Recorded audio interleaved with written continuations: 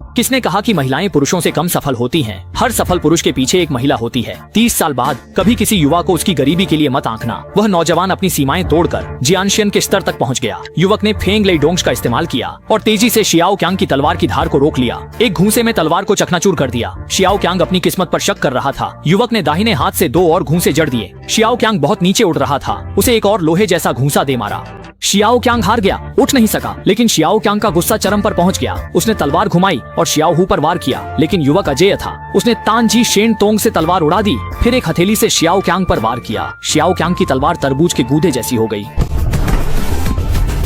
जब राजकुमारी ने अपने मंगेतर में महानता देखी, युवक ने झेन्नान वांग के सिर पर वार किया। उसमें अपने परिवार का अपमान धोने की ताकत थी। 18 साल पहले जब उत्तराधिकारी पैदा हुआ, स्वर्ग और धरती में घटनाएं घटने लगी। वह जन्मजात पवित्र शरीर लेकर आया था। उसके नाना को डर था कि यह सम्राट की गद्दी के लिए खतरा है। उन्होंने अपनी शक्ति खर्च कर दी ताकि अपने नाती को अयोग्य बना दें। तुम मुझे मेरे दादा के निर्दयी होने का दोष देते हो। आज से तुम बाहरी लोगों की नजरों में एक गूंगे, लंगड़े, बहरे और मूर्ख बन जाओगे।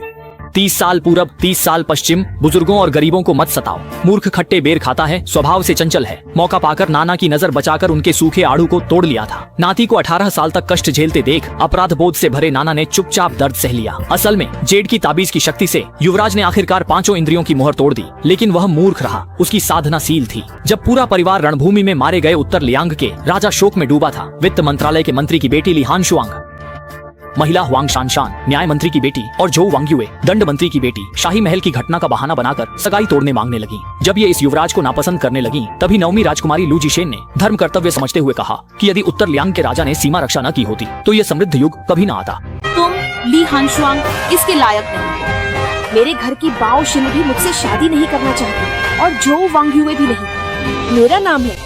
हालांकि कहा जाता है कि शहजादे की बुद्धि कम है। उसने पहली नजर में ही तय कर लिया कि वह सिर्फ 9वीं राजकुमारी से शादी करेगा। उसे पता नहीं था कि सम्राट उत्तर लियांग का घराना संकट में था, इसलिए वह दक्षिणी राजा के हाथों उत्तर लियांग के राजा की सैन्य शक्ति वापस लेना चाहता था। बदले में दक्षिणी राजा, जो एक मोहरा था, उत्तर लियांग के राजा से मिले तीर का बदला लेने के लिए राजा की मौत के बाद उसकी पत्नी और बेटी पर अपनी मर्दानगी साबित करने की कोशिश करता है। पर उसे पता नहीं था कि मूर्ख शहजादा दक्षिणी राजा का मजाक उड़ाएगा और कहेगा कि वह मर्द नहीं है। पर उसे यह नहीं पता था कि सज्जन को नाराज करना ठीक है, पर दुष्ट को नहीं। उसने ऐसी घिनौनी हरकत की कि सब दंग रह गए। क्या शहजादा अपनी आत्मिक शक्ति की मुहर तोड़ने के बाद अपने प्रियजनों की रक्षा कर पाएगा? सब लोग उसके लिए हौसला बढ़ाने लगे।